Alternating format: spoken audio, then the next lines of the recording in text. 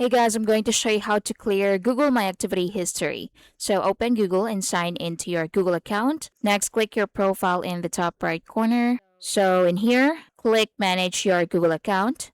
Next, on the left side, select Data and Privacy, or you can just click My Activity from here.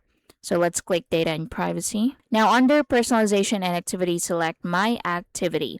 So this is where you can view and manage history saved in your Google account. So this is where you can view and manage history saved in your Google account when you use certain Google services. So click on that. Now in here, you can scroll down and you should see all of your Google activities. So here you can filter by date, you can search your activity, or you can delete everything. So click this delete button. Then you can choose last hour, last day, all time, or custom it. So let's select all time, for example. So confirm you would like to delete the following activity and click got it or close.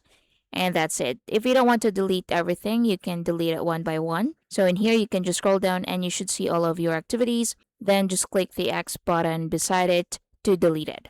And that's it. Thank you for watching.